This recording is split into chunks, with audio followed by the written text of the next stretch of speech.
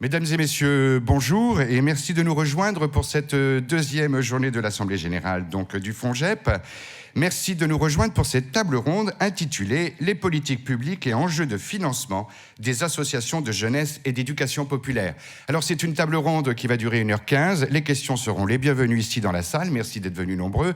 Et à vous également, mesdames, messieurs, qui nous suivez donc régulièrement maintenant et peut-être pour la première fois également, eh bien à distance sur notre chaîne YouTube avec le lien évidemment le FONGEP. Alors, mesdames, messieurs, avant de vous présenter de manière un peu plus détaillée, juste quelques mots pour problématiser notre table ronde, même si nous l'avons évidemment préparée ensemble à travers nos rendez-vous.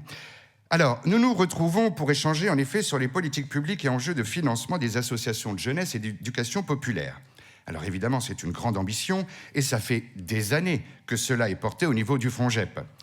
Vous l'avez compris, nous interrogerons les articulations entre les politiques publiques nationales et les priorités nationales et les priorités territoriales, avec une des spécificités qui est la nôtre, qui est la cogestion des dispositifs entre associations et pouvoirs publics. En effet, le FONGEP est né d'une idée simple. Les associations et pouvoirs publics sont complémentaires pour répondre aux besoins sociaux des territoires. Et c'est dans ce sens que depuis près de 60 ans, le FONGEP assure un travail concerté sur les politiques publiques et qu'il est vigilant à privilégier des relations de confiance. C'est un mot clé qui est revenu hier, les conditions de la confiance. Le financement des conventions pluriannuelles d'objectifs, l'acronyme CPO, que nombre d'entre vous, évidemment, connaissent, permet de garantir une pérennité des associations et une visibilité au long cours. Aujourd'hui, par contre, on assiste à un passage massif des financements pluriannuels pérennes aux appels à projets ponctuels sur des sujets spécifiques, dans un panorama, bien évidemment, de baisse de moyens des collectivités et des services de l'État. Et ceci, supplémentairement, dans un contexte d'augmentation du coût de l'énergie et enfin, évidemment, l'impact de l'inflation. Alors, mesdames, messieurs, merci encore d'avoir répondu présent. Quelques petites questions avant de vous passer la parole les uns les autres. Comment aujourd'hui les pouvoirs publics peuvent continuer de financer les missions de service public dans une relation de confiance avec les associations ? Point de vue des collectivités avec Régions de France, merci de nous avoir rejoints. Point de vue des ministères avec la BJEPVA. Point de vue du président du comité de filière animation qui anime tous les acteurs du secteur pour contribuer à la remise à plat complète d'un secteur dit en souffrance. Et enfin, point de vue du FONGEP, acteurs tiers aux confins de deux mondes, associations et pouvoirs publics. Voilà un peu les conditions que l'on vous propose pour cette table ronde. Alors, vos contributions, mesdames, messieurs, devraient en effet nous permettre d'éclairer ce contrat fondamental entre les acteurs qui portent des missions émancipatrices d'intérêt général et les pouvoirs publics qui mandatent, commandent et attendent ces missions pour le bienfait de nos populations et de nos territoires.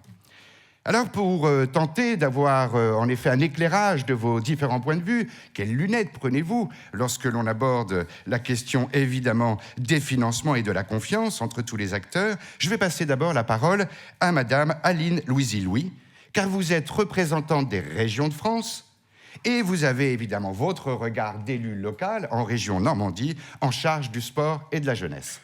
Alors, premier propos peut-être auquel je voudrais vous inviter. En tant que représentante des régions de France, comment qualifieriez-vous les relations entre les régions et les associations d'éducation populaire et de jeunesse? En quoi les projets de territoire menés par l'éducation populaire sont une réelle valeur ajoutée pour les politiques régionales? Et puis, évidemment, on mettra un focus sur la spécificité, peut-être, de votre région Normandie. Voilà, je vous laisse la parole, si vous voulez bien, Madame Louisy-Louis. Merci beaucoup. Bonjour à tous, pour ceux qui sont en présentiel et ceux qui sont en distanciel et qui nous suivent sur YouTube. Effectivement, donc là aujourd'hui, je représente Région de France sur essayer de faire un éclairage et une petite synthèse de comment on aborde effectivement dans les régions cette relation partenariale que nous avons avec les associations. Le constat aujourd'hui, alors moi je suis une jeune élue, puisque c'est mon premier, je préfère le dire, parce que c'est important de le rappeler, parce que peut-être que vous allez être un peu surpris, mais Laurent il me connaît maintenant, donc en tant que Normand. Donc moi je suis une jeune élue, c'est mon premier mandat politique, donc je suis chef d'entreprise, mais j'ai un passé de bénévole, puisque j'ai été très longtemps secrétaire national à la jeunesse au Secours populaire. Donc voilà, donc je baigne dans le monde associatif depuis l'âge de 20 ans, plus que ça, je pense même d'ailleurs. Et donc aujourd'hui, à la région, donc, j'ai en charge effectivement le sport, le nautisme, la jeunesse. Et la jeunesse, moi, je l'aborde, c'est un sujet transversal, une compétence qui est gérée par les régions, avec une position différente. Parfois, c'est des délégués à la jeunesse, parfois, c'est un conseiller régional. Le choix en Normandie, effectivement, c'est d'avoir un vice-président qui a, effectivement, et ça donne un poids quand même un peu plus important. Au niveau... Alors, sur le fonctionnement des régions, il n'y a pas d'unité. Il y a eu une enquête qui a été faite, d'ailleurs, un rapport de l'INGEP, on en parlait ce matin, de l'INGEP sur le sujet. Le sujet est abordé de façon très différente. Aujourd'hui, le constat qu'on peut faire, et vous l'avez bien présenté, c'est que les ressources sont de plus en plus restreintes et on est passé effectivement d'un sujet où on était plutôt sur la subvention d'associations à travailler avec les associations sur un mode projet. Ce qui effectivement change beaucoup de paradigme pour les associations, c'est-à-dire cette capacité à pouvoir s'adapter, à travailler avec des collectivités sur des projets et plus sur une subvention de gestion de l'association et qui développe ses propres projets. L'idée, effectivement, aujourd'hui, au niveau des régions, c'est de travailler d'un commun accord sur un partenariat, sur des projets communs. Projet commun. Alors, pour tout vous dire, Madame Louisy-Louis, tous les débats hier ont porté sur la vision qu'on a du projet commun. C'est-à-dire la commande, l'injonction, elle vient des pouvoirs publics et nous nous adaptons. Est-ce que le projet commun s'inscrit dans le projet associatif des associations ? Que demandez-vous en tant que responsable régional de la politique régionale jeunesse aux associations également quant au déploiement de leurs propres projets ? Jusqu'où allez-vous dans la co-construction de l'amont à l'aval et du pendant, évidemment, du développement du projet ? Alors, je rappellerai que chaque région a une politique jeunesse qui est différente. Nous, on l'a abordé effectivement sur une notion de maillage territorial et d'avoir une approche à la fois de jeunes qui vivent en ruralité, mais en urbain et en périurbain. Oui. Et ça, c'est... alors, j'ai la chance d'être dans une petite région, on en parlait ce matin. Je ne suis pas dans le Grand Est, je suis pas... Et d'ailleurs, les exemples qui étaient donnés par l'INGEP, on était plutôt sur des grandes régions, oui. Peu sur des petites régions, ce qui est pour nous beaucoup plus facile. Ce qui est important pour nous, c'est... alors nous, stratégiquement, effectivement, on a défini des sujets. On a 4 volets, éducation aux écrans, aux médias, la notion mémorielle et citoyenneté, donc qu'on développe beaucoup sur notre région. C'est lutter contre les discriminations et ouvrir sur de nouveaux horizons. Donc c'est 4 sujets et on travaille effectivement avec les associations de notre territoire qui ont aussi une résonance nationale sur ces 4 sujets. Très bien. Donc on pourrait dire que ces 4 sujets sont au cœur des thématiques portées par l'éducation populaire. Oui. Ça, il n'y a pas de souci. Et qui font partie aussi, en tous les cas, des priorités pour certaines de l'État. De l'État, absolument, absolument. Vous les concertez pour connaître le budget de travail, en fait, qui nous permet de développer les projets. Vous les concertez dès l'amont, l'analyse du besoin est déjà partagée, l'appel à projet, toutes ces différentes étapes qui permettent de vérifier le bon emploi, également j'allais dire des subventions, mais des financements. On va les appeler les financements cette fois-ci. Oui, alors c'est vraiment du financement d'associations, effectivement. Les associations avec lesquelles on travaille, d'abord, c'est un partenariat qui date depuis 2017 dans un programme régional des actions éducatives. Donc on a créé, je crois qu'il n'y a pas beaucoup de régions qui ont créé ce type de programme, où dedans on a l'État, à travers la DRAGES, entre autres, les associations et la collectivité régionale. L'idée pour nous des associations, c'est qu'elles ont une compétence que nous n'avons pas en interne et qu'il est important pour nous de s'appuyer sur leurs compétences pour développer, en tous les cas, les 4 axes. Oui. Donc à chaque fois, chaque année, on se rencontre pour travailler avec eux. Donc c'est eux qui sont plutôt porteurs des projets qui s'inscrivent et qui connaissent très bien notre territoire, et c'est un peu l'avantage qu'on a pour nous, c'est qu'on est sur une région où nos associations connaissent bien notre territoire et proposent des actions éducatives. Et on travaille avec eux, avec nous, effectivement, des souhaits. Et là, depuis que je suis arrivée, on l'avait évoqué ensemble sur la préparation, c'est le public très éloigné. Très éloigné. Et très éloigné, je ne dis pas, c'est pas au fin fond de la campagne, c'est très éloigné des politiques jeunesse, culturelles, sportives et artistiques. Donc pour nous, c'est effectivement important de s'appuyer sur ces associations. Pourquoi ? Parce qu'elles peuvent avoir un maillage territorial, ce qui n'est pas toujours le cas pour toutes les associations. Et là, par contre, on les incite fortement à travers notre accompagnement financier à se développer sur des territoires où elles ne sont pas présentes. Concrètement, excusez-moi, mais concrètement, ça prend quelle forme ? C'est explicité comment ? C'est explicité en disant, voilà, aujourd'hui, vous intervenez, par exemple, sur la Seine-Maritime, sur l'hyperurbain. On sait que sur Caen, Le Havre, sur les villes métropolitaines, c'est assez facile pour les associations. Quand on va dans la Manche, c'est déjà plus compliqué d'avoir une représentation des MJC, de quelques associations. Et là, on leur demande, on va vous accompagner, mais ça serait bien que vous puissiez aller vers ce public-là, aller plus loin que sur l'hyperurbain, sur les métropoles ou sur les villes moyennes. On a des territoires, moi je le dis, carencés, effectivement, qui sont des départements comme l'Orne et la Manche, où effectivement... on a du mal à avoir des associations, mais elles le reconnaissent aussi, de nous dire on ne sait pas comment faire. Donc c'est là où on peut, en co-construction, c'est travailler ensemble et voir comment on peut... alors nous, c'est la mise à disposition de tiers-lieux qu'on finance, pour que les associations puissent s'installer, avoir un lieu pour rencontrer ces jeunes.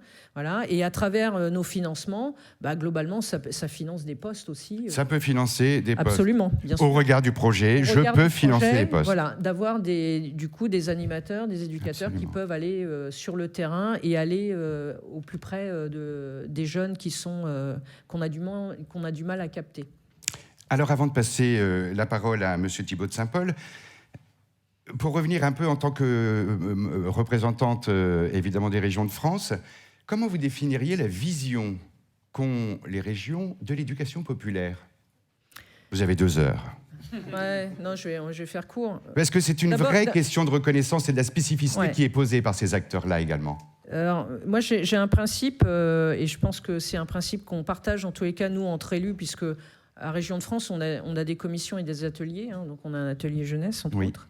Je pense qu'il faut chasser en meute. On a une problématique depuis le Covid qui nous a quand même très bousculé au niveau des régions par rapport à la jeunesse. On a été très bousculé sur une déshérence de certains jeunes, une difficulté de mal-être. Et effectivement, l'idée, c'était, au niveau de Région de France, c'est de dire il faut qu'on arrive à capter ce public, ces fameux publics éloignés. Parce que globalement, on a des jeunes qui savent... nous, on a des dispositifs en Normandie, ils savent... Mais on a un public, aujourd'hui, qu'on a... Moi, je le dis, mais qu'on n'arrive pas à atteindre, et qui est de plus en plus difficile à atteindre. Si je prends mon parcours, moi, de bénévole au Secours populaire, je n'ai jamais... on n'avait jamais connu ça, en tous les cas. Je dirais cet anonyme qu'on ne voit pas, qui ne va pas dans les associations caritatives, qui va nulle part. Donc nous, au niveau de Région de France, alors je vais prôner, vous savez que les régions prônent la décentralisation. Nous, ce qui nous intéresse, c'est effectivement que les politiques jeunesse soient gérées par les régions, tout simplement parce qu'on est des acteurs locaux et que le travail qu'on peut faire avec les associations nationales et qui se décline souvent au niveau régional me semble plus pertinent et nous semble plus pertinent. D'un département ou d'une région à une autre, on n'a pas les mêmes problématiques, les mêmes besoins en tous les cas sur des projets associatifs et pour porter effectivement des projets auprès de la jeunesse. Donc c'est toujours compliqué, et moi je suis une jeune élue, et donc en plus je travaille dans le milieu de la santé, donc je peux vous dire que je suis habituée à avoir des injonctions étatiques. Il est assez compliqué pour nous de travailler, mais je pense que pour les associations, mais Monsieur Saint-Paul, je pense que pourra nous éclairer sur le sujet. Il est toujours difficile de poser des injonctions à des régions sans leur donner les moyens. Oui. Et donc la réalité, c'est si vous n'avez pas un président de région qui a une vraie volonté de mettre, je dirais, les moyens pour avoir une vraie politique de jeunesse, effectivement, on peut considérer qu'on peut être sur du saupoudrage. Oui. Donc la volonté, effectivement, des régions, c'est d'avoir une politique décentralisée de la jeunesse qui permettrait, effectivement, d'avoir des vrais projets à destination des jeunes de chaque région qui ne sont pas forcément les mêmes problématiques quand vous allez dans le Grand Est. Et le Grand Est, vous imaginez, vous allez des Ardennes jusqu'à l'Alsace, ou on en parlait en Occitanie ou en Nouvelle-Aquitaine, entre Limoges et Biarritz, je ne suis pas sûre qu'on ait les mêmes problématiques. Voilà. Mais en tous les cas, il est difficile. Aujourd'hui, je pense que la notion de projets nationaux, oui. Moi, aujourd'hui, pour moi, ne correspond plus à la réalité des besoins. On a besoin d'agilité, de pouvoir répondre rapidement à des problématiques jeunesse que l'État, aujourd'hui, à travers des plans, on a toujours, excusez-moi, un métro de retard. Eh bien, quelle entrée en matière pour vous, Monsieur Thibault de Saint-Paul. Merci beaucoup, Madame Louisy-Louis. Alors, Monsieur Thibault de Saint-Paul, évidemment, on va échanger avec ce constat et puis ce besoin-là qui est exprimé. Oui, tout à fait. Justement, les agréments GEP, vous êtes en pleine séquence de renouvellement des agréments et le FONGEP, évidemment, est l'un des instruments de tout cela. Alors, comment peut-on redonner du sens à ces agréments? On parlait d'agilité, on parlait d'adaptabilité, etc. On parlait de la diversité des territoires. Comment ça se travaille? Comment ça se travaille, ces agréments? Sur quelle base vous les fondez? Et cette logique d'agrément, certaine une logique aussi, selon vous, de confiance entre les partenaires, dont voici une des représentantes déjà.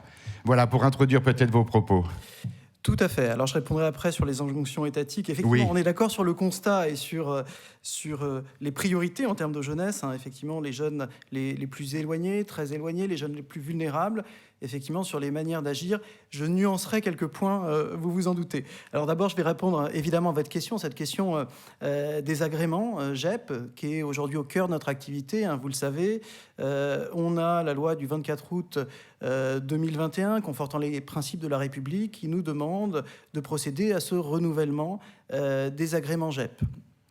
On y voit en fait deux enjeux, et puis après je répondrai plus précisément à la manière dont on le met en œuvre. À la fois, c'est l'occasion pour nous de renforcer le sens qu'on donne à la coopération au travers de ces agréments GEP, et puis de s'interroger en lien avec l'ensemble de nos partenaires sur précisément qu'est-ce que c'est que ces agréments GEP et qu'est-ce que l'éducation populaire dans un contexte où on a eu un certain nombre de mutations dans notre société. Et donc, autour de cet acte qui pourrait être assez administratif, en réalité, se posent des questions qui sont assez structurantes, à la fois pour l'action de l'État dans notre domaine et puis pour notre champ. Alors, sur cette campagne des renouvellements des agréments GEP, déjà, elle est considérable. C'est 400 agréments nationaux, 17 000 locaux.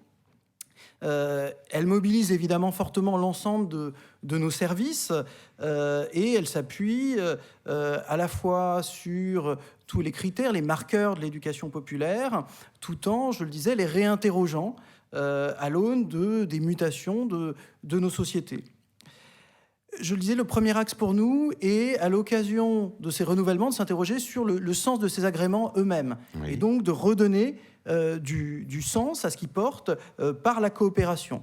Et dans la manière dont on réalise ce renouvellement, cette campagne de renouvellement lui-même, on a tenu à conserver la forte collégialité qui est présente, qui préside la formation spécialisée de l'agrément GEP qu'on porte à la GEPVA. Et donc dans cette perspective, on a fait appel, au-delà des membres de cette formation spécialisée, à un certain nombre de volontaires, à la fois pour élargir le regard et aussi vu la charge et l'ampleur des renouvellements à opérer.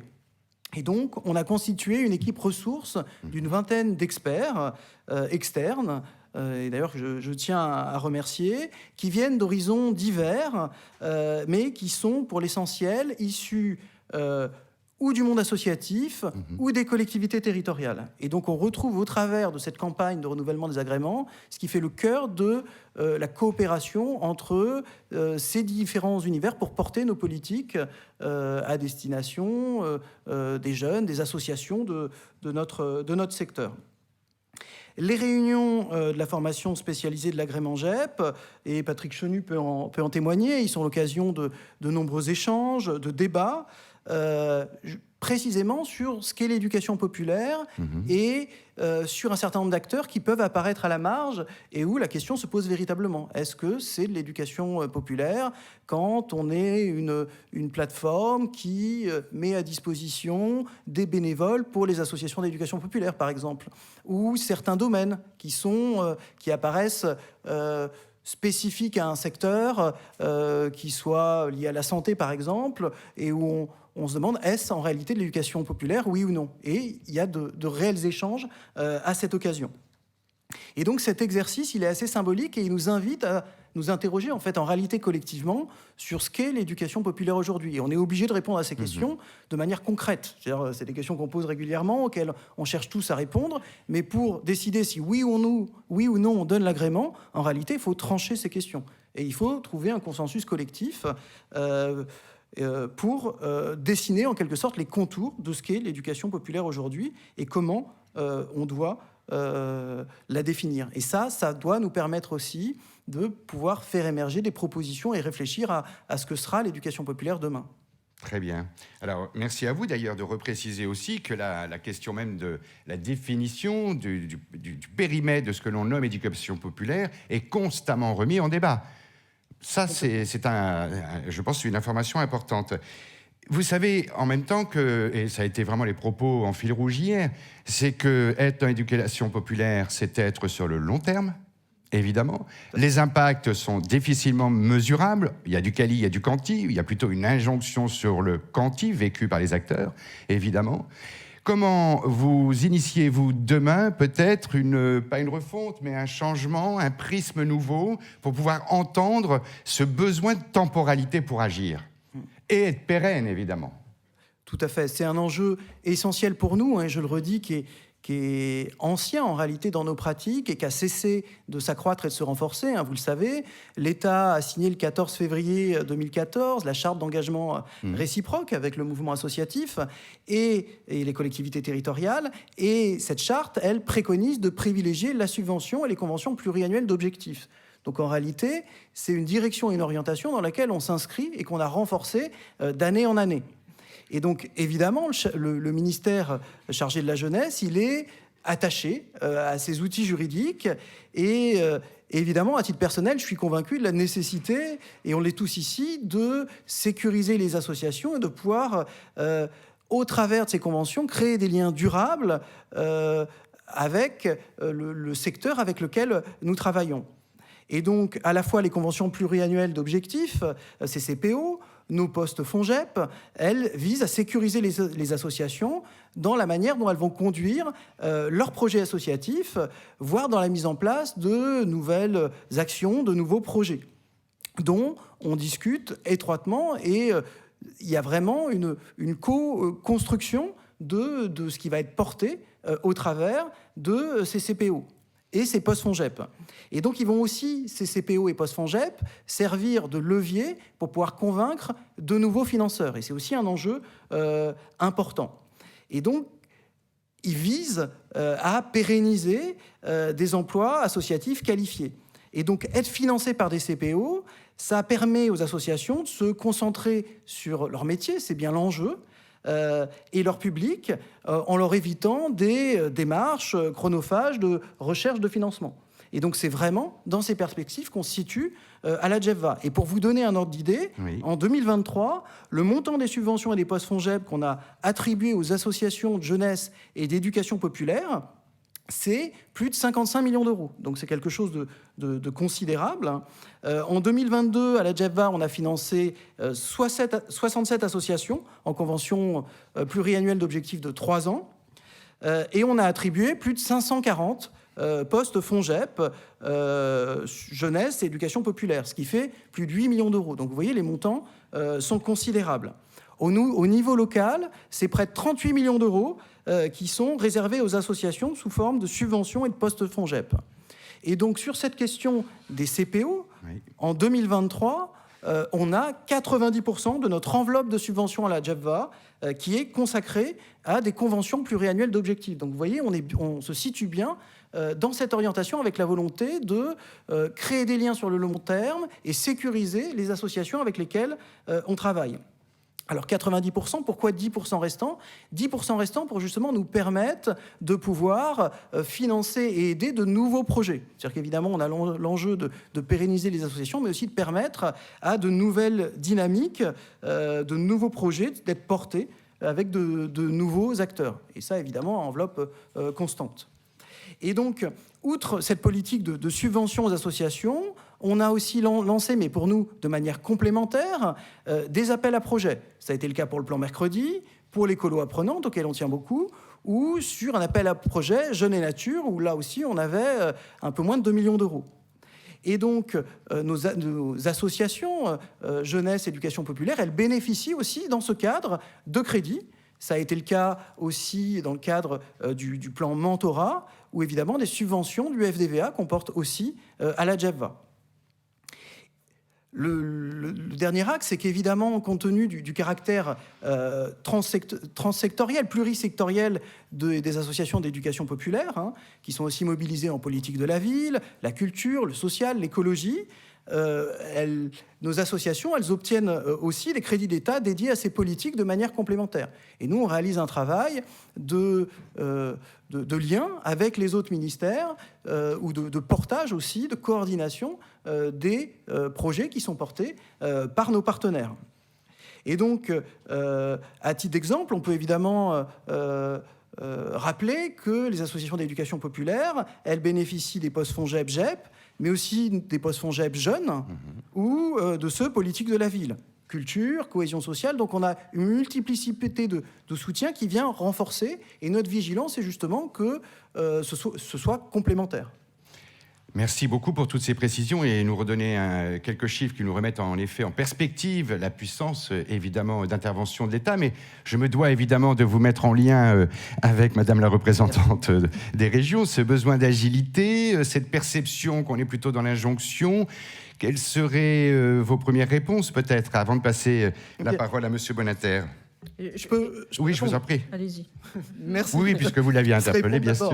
J'ai été interpellé. Donc, évidemment, la raison même de la création de nos services déconcentrés, c'est de pouvoir mettre des solutions, et vous le savez, au plus près des territoires et en lien avec les partenaires locaux. Et donc, bien évidemment, et c'est tout l'enjeu et la philosophie, par exemple, de ce qu'on porte sur le FONGEP, le fait que l'administration, au niveau central, elle laisse des marges de manœuvre qui sont considérables pour travailler avec l'écosystème local. Et l'enjeu est de justement donner les marges de manœuvre nécessaires à nos services déconcentrés pour agir au plus près des besoins spécifiques des territoires.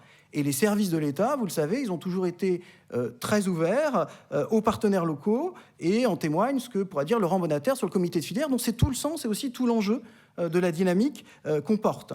Et c'est aussi ce pourquoi le dispositif FONGEP, il est si souple, avec la volonté de s'adapter aux orientations des politiques locales. Et c'est vraiment dans cette philosophie qu'on est, loin des injonctions étatiques centrales. En fonction des territoires, en revanche, et c'est aussi le sujet pour nous, force est de constater qu'on a de grandes hétérogénéités dans les relations partenariales entre les acteurs qui sont en charge des politiques de jeunesse et d'éducation populaire. Vous le savez, on l'évoquait tout à l'heure, l'étude qu'en d'autres temps j'ai pu lancer à l'INJEP, qui a été portée par Jordan Paris et qui étudie justement la manière dont sont réalisées, dont se saisissent par exemple les régions en termes de chefs de fila, elles font apparaître une grande hétérogénéité. Et cette hétérogénéité, elle, à mon sens, et vous l'avez dit aussi dans vos propos, c'est-à-dire que la politique jeunesse est incarnée en réalité de manière relativement différente par les différents conseils régionaux. Et c'est le cas aussi, l'INJEP a étudié les conseils départementaux, on a eu les intercommunalités, où là aussi on a de grandes inégalités. Et donc les dans certains territoires, les jeunes ont effectivement un certain nombre d'opportunités qui leur sont offertes par cette politique forte qui est portée par le conseil régional, le conseil départemental. Mais en réalité, premier point, on a une forte hétérogénéité. Et de notre point de vue, elle reste quand même relativement fragile dans certains points où on sait bien que, suite à une élection, on peut avoir un changement complètement de programme, de soutien à des associations. Et de notre point de vue à nous, ça justifie le fait que l'État puisse assurer une continuité de ce soutien et une présence qui reste forte. À la GEVA, on travaille par ailleurs fortement les questions d'ingénierie territoriale qui ont toujours été au cœur de notre activité, et avec un certain nombre de partenaires qui sont ici présents. C'est aussi un enjeu que suit de près notre inspection générale. Il y a des travaux en cours. Et à titre d'exemple, encore la semaine dernière, on recevait l'ensemble de nos chefs de pôle jeunesse, éducation populaire et vie associative pour travailler en commun, pour un atelier qui a été spécifique sur les relations entre État et collectivité nationale, pour justement tirer profit de ce qui a été mis en place de manière louable à certains endroits, essayer de tirer profit des bonnes pratiques et échanger sur la manière dont on peut justement diffuser là où ça marche bien. Et avec cette volonté de toujours développer les partenariats locaux. Et de la même manière, quelque chose qu'on porte de manière forte et qui est de notre responsabilité, c'est d'animer une communauté de l'ensemble des acteurs, une communauté qu'on appelle apprenante parce que justement, elle vise à tirer parti de ces bonnes pratiques. Et là, on est aussi dans de l'éducation populaire d'une certaine manière, avec en particulier des fonctionnaires des services déconcentrés, départementaux et régionaux. Et ça, de notre point de vue, ça contribue aussi à réarticuler, à renforcer les partenariats et politiques locales et territoriales en lien avec le national. Très bien. Est-ce que ces éléments de réponse, avant de passer la parole à M. Bonater, est-ce que ces éléments de réponse d'en avoir des perspectives un peu plus éclairées, un peu plus inspirantes? Pour revenir sur les services déconcentrés, on est aussi très lié à qui on a en face de nous, au niveau du rectorat et aussi en termes de délégué régional DRAGES. Moi, j'ai des exemples factuels d'une mission. Dans le cadre du programme régional des actions éducatives, on était parti effectivement sur l'activité physique, avec le Covid, on a énormément de lycéens qui malheureusement sont sortis des clubs sportifs. Et donc, on a travaillé avec des lycées. Donc, on avait fait le choix de lycée technique, lycée pro, lycée général. Donc, toujours en expérimentation, avec l'association Léo Lagrange. Donc, de permettre et les profs de PS de travailler avec eux sur un programme justement d'activité physique qui sort un peu du programme classique. On a eu de très bons retours des jeunes. On a eu quand même 200 jeunes ciblés. Et donc, financement 100% région sur cette action. Donc, on n'a rien demandé au rectorat. Et je le dis, cash... La rectrice a dit qu'elle n'en voyait aucun intérêt et donc elle a dit l'expérimentation ne se renouvellera pas. Donc là, on est parti sur un autre public puisqu'on a la chance en Normandie d'avoir un champ de compétences qui n'est pas que les lycées. Donc on a les CFA, on a les organismes de formation, les missions locales et MFR. Et du coup, on est parti sur cet autre public. Donc je serais plus nuancée par rapport à la pérennité et à la capacité, en tous les cas, des services déconcentrés d'avoir effectivement une latitude par rapport à la politique, je dirais, État. En tous les cas, nous, dans la région, on n'a pas forcément. Donc là, on a un nouveau directeur régional de la DRAGES avec qui je travaille très bien, où on s'est fixé effectivement des orientations, ce qui n'était pas le cas avant.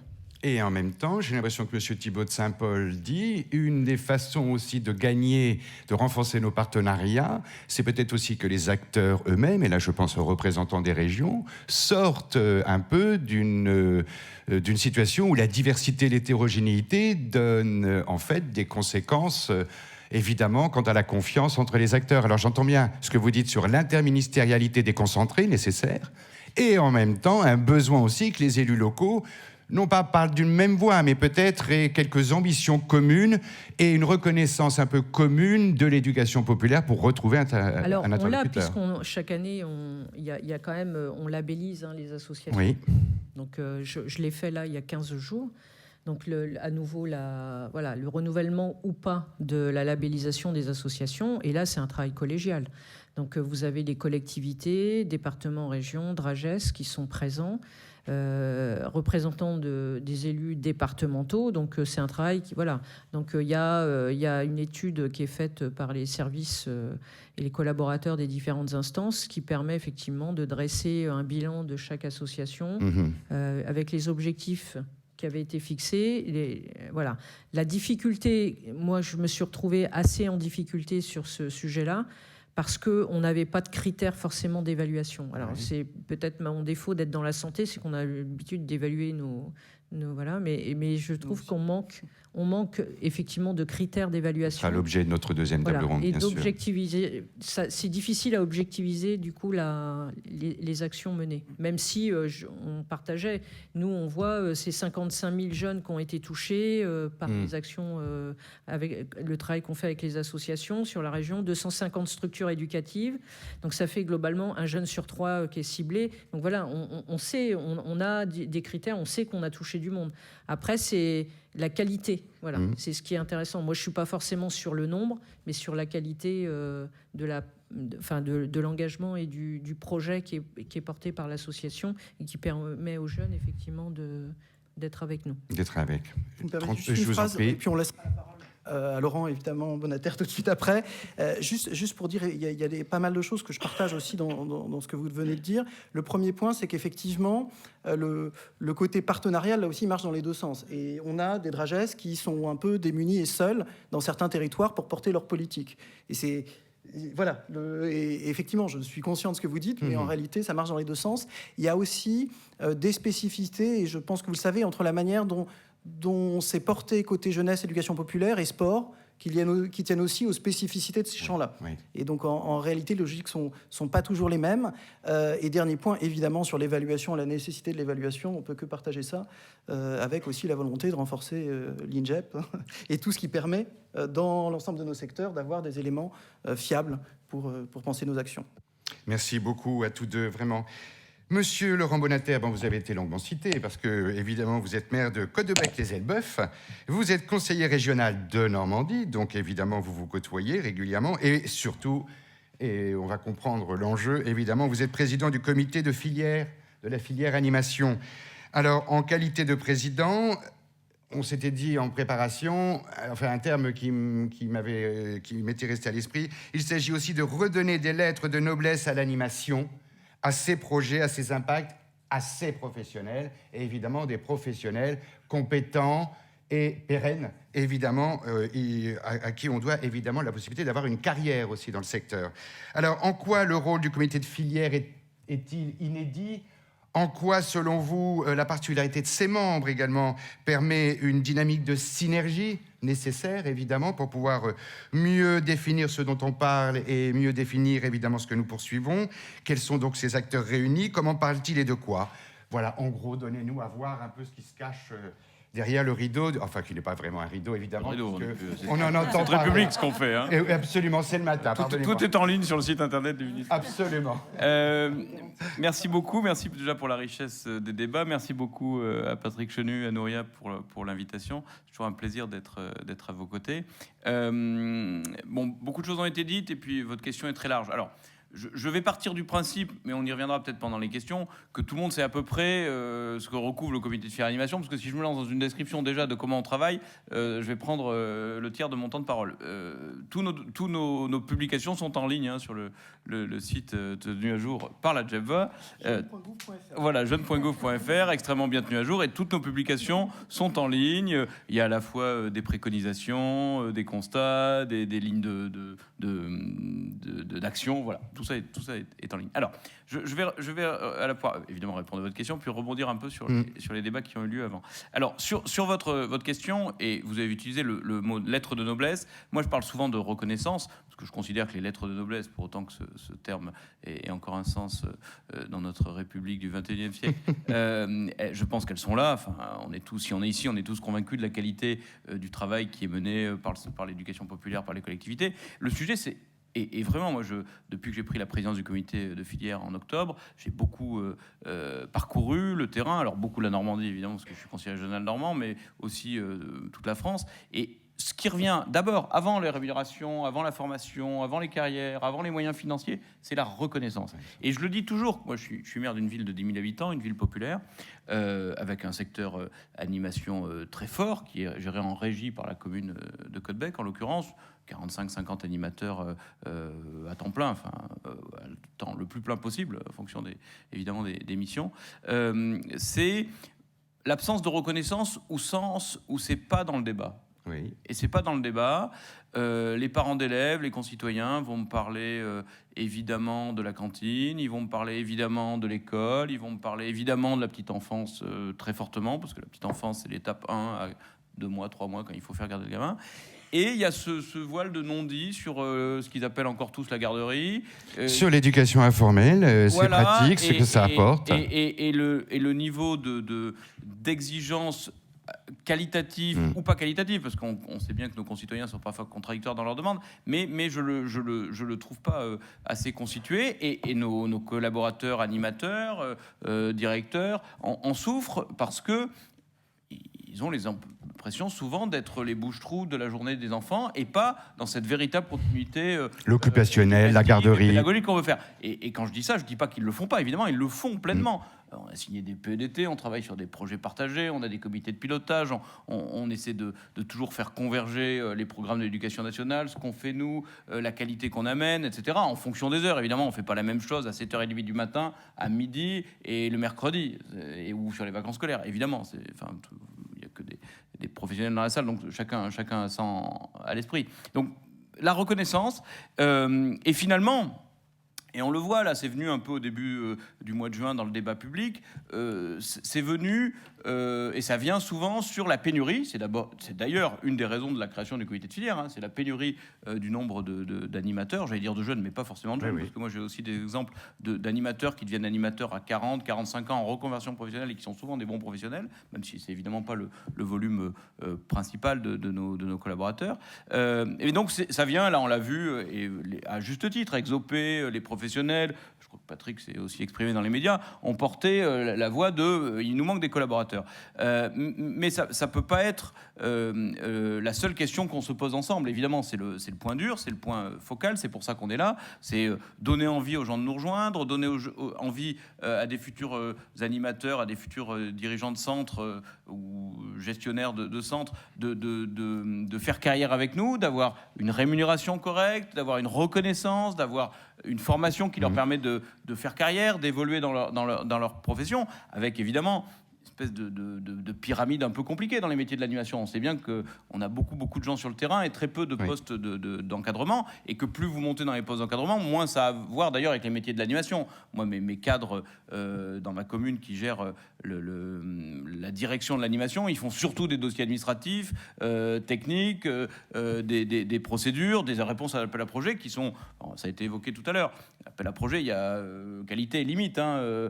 Si on passe plus de temps à répondre à l'appel à projet, et qu'on passe plus de temps et d'énergie à mettre des moyens en face d'un appel à projet qu'on n'est pas sûr de gagner, et dont de toute façon la marge de financement propre qu'on en tire est inférieure à toute l'énergie qu'on y a mis, c'est toujours la limite. Et donc je suis assez sur la ligne de ce que disait Thibaut de Saint-Paul, qui est celle de pérenniser, donner du temps long, tracer des perspectives. Bon, ça c'était pour répondre à votre question sur les lettres de noblesse. Les lettres de noblesse, elles sont là, mais il faut les conforter. Alors, c'était intéressant le débat avant, les gentils. Alors je suis pas dans le même groupe politique que Lynn, hein. Je le dis, on n'est pas très loin, mais on n'est pas très près toujours, ça dépend des jours.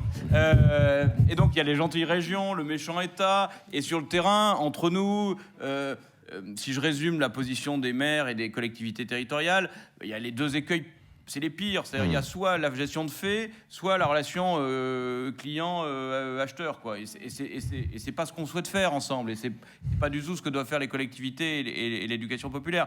La gestion de fait, c'est en gros, vous montez une pseudo-association et vous déléguez vos contrats de travail et vous ne regardez surtout pas si les CE sont mal utilisés et si l'argent public sert à financer des emplois précaires. Et puis, l'autre relation difficile, c'est bonjour, mon DGS, mon directeur des finances m'ont dit que votre truc était pas dans les clous, donc on va faire un appel d'offres, vous allez répondre, et puis la donnée financière sera principale. Ça, c'est pas non plus souhaitable. Et donc, pour sortir de ce face-à-face, la ministre, Sarah El Haïry, a souhaité, après les assises de l'animation, créer le comité de filière qu'on a installé en octobre, et parfois avec un peu de peine, mais on a réussi. On a mis tous les acteurs autour de la table. Donc dans le comité de filière d'animation, il y a tout le monde. Il y a évidemment les représentants de toutes les collectivités, les régions de France, les villes, les intercos, France urbaine, les départements, tout le monde, ils sont tous là. Il y a évidemment, dans son immense diversité, son immense hétérogénéité, l'éducation populaire, qui est très présente. Et puis, il y a les représentants des employeurs. Et puis, il y a les représentants des salariés, syndicats. Et puis, dedans, ou en négociation permanente ou en discussion permanente, les financeurs, alors les services de l'État, évidemment. Et puis, la CNAF. Je rappelle qu'on est en ce moment en pleine négociation de la coche de la CNAF, que les réunions stratégiques commencent cet après-midi. Enfin, elles ont déjà largement commencé. Alors, après de multiples rebondissements de calendaire, mais il y a vraiment un enjeu très fort et je le dis aussi parce que, et on est tous un peu, on est tous un peu partagés sur ces questions-là. On a à côté de nous le comité de filière petite enfance qui bosse beaucoup, et il y a une vraie volonté de l'État, et je ne peux pas dire que c'est une mauvaise chose, il y a une vraie volonté de l'État de consolider le service public de la petite enfance. Je le disais tout à l'heure, petite enfance, c'est évidemment un sujet de prise en charge des enfants, mais c'est aussi un sujet dans beaucoup de territoires de capacité à remettre les parents, et d'abord les mamans, parce que c'est encore fait comme ça malheureusement, qu'elles puissent retrouver une activité professionnelle dès qu'elles le souhaitent. Et c'est évidemment important. Et donc il va y avoir beaucoup de moyens mis sur la petite enfance.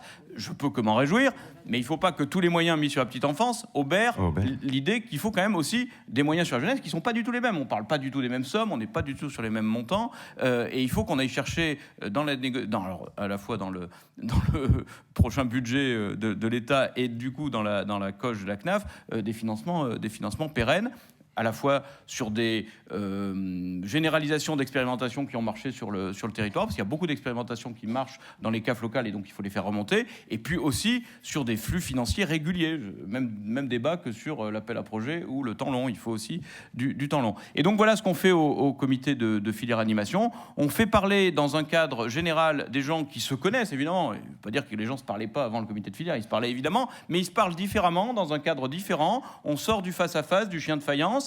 On essaie de dire ce sur quoi on est d'accord. C'est le fameux document qui est en ligne, là, qui fait 12 pages. C'est ce sur quoi on est d'accord. Alors, vous verrez, il y a des subtilités langagières, parce qu'évidemment, tout le monde... c'est pas parce qu'on bosse ensemble qu'on abandonne ce qui on est et quels sont nos attendus. Alors, il y a ce sur quoi on est d'accord. Il y a ce sur quoi on n'est pas d'accord et qu'on est en train de traiter. CE, on en parlait avec Patrick Chenu tout à l'heure. CE, c'est un vrai sujet, là. Il y aura des annonces probablement en juillet.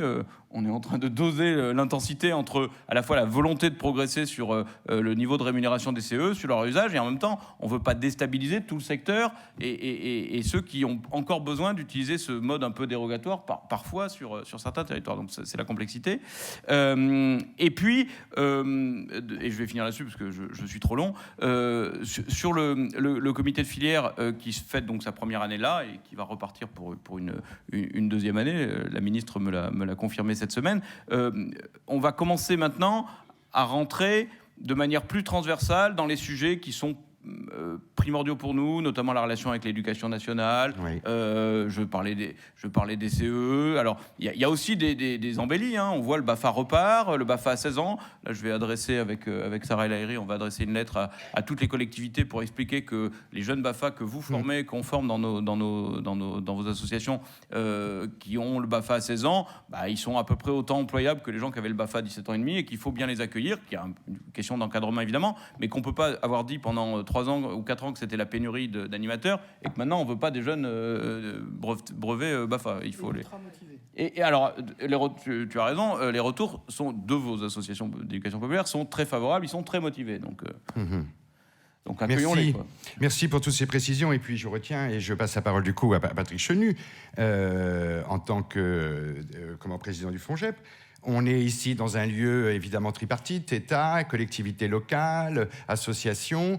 La filière animation, c'est une nouvelle peut-être configuration de dialogue aussi, pour essayer de voir en quoi les parties prenantes partagent ou ne partagent pas, et du coup quel est le travail à réaliser, vision commune, ambition commune. Qu'est-ce que ça évoque au président du FONJEP, ces questions-là de dialogue d'abord, de nécessaire dialogue toujours? Le président du FONJEP va être extrêmement prudent parce qu'il a ses 3 parties contributrices à sa droite. Non, plus sérieusement, je pense que c'est tout l'intérêt de l'espace FONJEP aussi que d'essayer en permanence d'articuler. On voit bien des éléments qui peuvent être aussi compliqués, contradictoires. Mais je pense que aujourd'hui, la question qui se pose, et là, moi, étant le représentant du collège associatif autour de cette table, je vais prendre plutôt cet angle-là. On évoquait tout à l'heure l'intérêt des CPO, c'est de simplifier finalement l'accès à des moyens structurants au service d'un projet associatif pérenne qui permette de se déployer sur un territoire. Pour le FONJEP, l'angle aujourd'hui de notre approche sur ces questions-là, c'est comment est-ce qu'on arrive justement à articuler aussi des financements qui soient des financements locaux. On fait tous le constat au niveau de l'éducation populaire que nos premiers financeurs sont les collectivités locales, de manière très claire, et plutôt selon les réseaux, souvent, on va dire, souvent mairie, intercommunalité et département, mais on ne saurait se passer de la présence de l'État, bien évidemment, ni de l'impulsion donnée par les régions en fonction des politiques publiques. Sauf qu'aujourd'hui, on voit bien selon les territoires, et le FONJEP s'intéresse avant tout aux questions de financement. Je vous rappelle, un poste FONJEP, ça soutient un emploi de salariés pérennes au service d'un projet associatif sur une logique pluriannuelle. Voilà. Et la question qui se pose pour nous au quotidien, c'est vraiment la question de l'articulation de ces dispositifs aujourd'hui. C'est qu'on voit bien qu'il y a globalement, quand il y a des volontés politiques, on va pas traiter les cas où il y a pas d'envie, c'est pas le sujet aujourd'hui et c'est pas mon rôle non plus. Mais quand il y a des volontés politiques, on voit bien qu'on a un peu tendance à réinventer la roue aussi sur un certain nombre de dispositifs de soutien.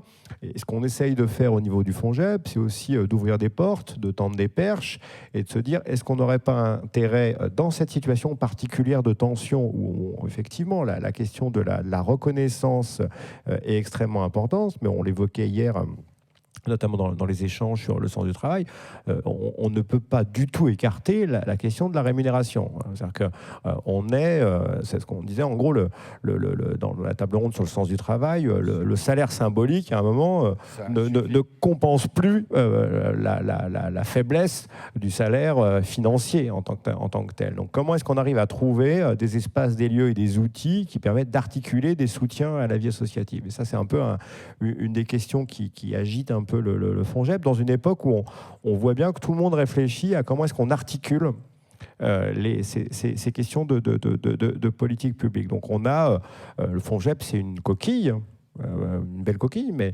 c'est une structure de paiement avant tout, voilà, et qui se nourrit de ce qu'on injecte dedans. Donc nous, notre capacité, peut-être modeste, c'est de mettre les gens effectivement autour d'une table et d'être en capacité de réfléchir à comment est-ce qu'on articule ces financements. Et dans un deuxième temps, je l'évoquais hier dans mon rapport moral, c'est aussi au-delà de l'intention politique, qui en général est extrêmement volontariste, forte, etc., on voit bien que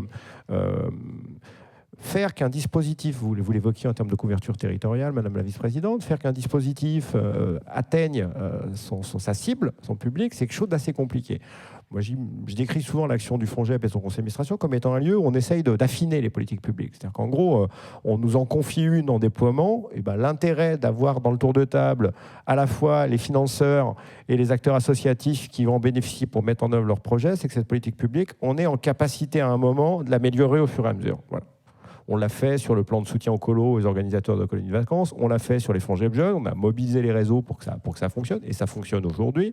Donc, on a aussi, bien évidemment, dans le respect de la libre administration des collectivités, des projets politiques de chacun, du point de vue des associations, besoin de trouver des formes qui articulent mieux ces soutiens à l'emploi associatif dans une époque qui est compliquée aujourd'hui pour tout le monde et où, effectivement, on a des tensions sur les recrutements, mais on a beaucoup d'associations qui font un travail remarquable, qui ont pu les ressources en ingénierie administrative pour aller, Laurent l'évoquait pour sa collectivité, pour aller chercher des moyens là où il faudrait aller. Et c'est pas qu'il n'y a pas toujours un manque de moyens, mais ça veut dire que c'est des jours de travail pour arriver à trouver des moyens significatifs pour mener une action. Et c'est autant de jours où effectivement les associations ne sont pas dans leur travail pédagogique, d'action éducative, etc. Et c'est aussi un des éléments qu'on a peu abordé, mais qui était pointé hier, de la forte tension qui pèse sur l'encadrement aujourd'hui. C'est-à-dire qu'on a un encadrement qui est écartelé entre un encadrement très, dans l'éducation populaire, on peut assumer le mot, militant. Enfin, c'est souvent des métiers de choix. C'est-à-dire qu'on ne devient pas cadre de l'éducation populaire par hasard, c'est qu'on a quand même envie de changer un peu le monde. Et une envie de travailler les sujets pédagogiques et finalement des professionnels qui, chez nous, se retrouvent comme étant des cadres administratifs. Et donc, c'est au détriment de la qualité du portage du projet associatif, ça crée des tensions sur les personnes et c'est aussi une des causes de démission d'un certain nombre de personnes, parce qu'on a aussi des tensions sur ces métiers-là. Donc, comment est-ce qu'on invente des formes qui sont plus à même, je dirais, de faciliter l'articulation de ces financements? Et pour un petit plaidoyer pro domo, le FONGEP, c'est 2% de frais de fonctionnement. Voilà, donc c'est pas très cher non plus. Deuxième point pour rebondir sur ce que disait Thibaut de Saint-Paul, c'est je crois qu'on est aussi sur il y a un bel intérêt du travail aujourd'hui sur l'agrément GEP. C'est-à-dire que dans ce qu'évoquait Laurent tout à l'heure sur le peut-être que si on arrive à mettre de manière un peu plus claire la question de la qualité éducative en direction des familles dans le débat public. C'était un peu le rôle du groupe de travail 1, on n'est pas tombé d'accord sur la charte, tous, bon, voilà, c'est pas grave, on arrive quand même à faire avancer un certain nombre de choses, mais si on arrive à mettre dans le débat public ce qui est important aujourd'hui, c'est bien évidemment pas simplement qu'il y ait une garderie, on a besoin du service à la population de garderie parce qu'il faut que les gens puissent aller tout simplement aller travailler et c'est pas honteux, mais que ce qui nous agite au niveau notamment des associations, des collectivités et de l'État, c'est comment est-ce qu'on en fait des temps éducatifs riches, construits, intéressants et qui sont émancipateurs. Et ben, qu'est-ce qui permet de garantir cela aujourd'hui ? Et moi, je trouve que je passe sur la séquence politique autour de la loi qui a amené au renouvellement des agréments GEP. C'est pas non plus notre sujet. On sait que c'est un débat qui est encore chaud. Par contre, il y a un élément sur lequel les réseaux de la jeunesse éducation populaire étaient extrêmement favorables, c'est de faire que l'agrément GEP ne soit pas donné à vie. C'est-à-dire que si on veut donner du sens à un secteur, si on veut affirmer sa capacité et sa qualité, on a effectivement besoin de le regarder, de le passer en revue et de le renouveler. Alors, voilà, Thibaut l'évoquait, pour siéger à la formation spécialisée, c'est halte aux cadences infernales, mais en ce moment c'est un peu de l'abattage. Mais plus sérieusement, comment est-ce qu'on arrive à faire de cet agrément un agrément qui est finalement un gage de qualité d'une action associative sur les territoires. Et je pense que ça, globalement, et la filière animation et le public, la population, les parents pourraient se saisir de cet élément-là. Et je pense que pour nous, ça redonnerait une fierté aussi à nos associations d'appartenir à un secteur qui est considéré, valorisé par un agrément, qui n'est pas un simple accès à des financements. Voilà. Merci beaucoup. Patrick, est-ce qu'il y a une ou deux questions ? Nous avons encore 3 minutes pour cette table ronde, puisque vous savez que nous avons aussi des contraintes avec notre diffusion en ligne. Est-ce qu'il y aurait 1, 2, 3 questions ? à nos témoins d'aujourd'hui? Pas de questions. Eh bien, moi, je vais rester peut-être, mesdames, messieurs, je voudrais déjà vous remercier très fortement, mais je me dois de respecter l'horaire de 10h45. Ça fait vraiment le lien, Patrick, et ce que vous avez dit là en cheminant collectivement avec notre table ronde qui aura lieu à 11h sur l'évaluation. Parce que cette notion de confusion peut-être entre bilan et évaluation, quanti, quali, avec des indicateurs évidemment sans doute conformes aussi aux ambitions de l'éducation populaire et pas simplement aux ambitions des politiques publiques, mais croiser les regards et donc mettre en place des instances évidemment ad hoc ou des instances plus formelles pour que les parties prenantes puissent définir ce que l'on appelle ces ambitions-là, cette transformation que porte l'éducation populaire, eh bien ça nous permet véritablement d'aborder notre deuxième table ronde, merci à vous, qui aura lieu à 11h, donc jusqu'à midi. Merci beaucoup de votre présence, de vous être rendu disponible, et à bientôt donc sur le chemin du dialogue. Merci beaucoup. Merci. Au revoir.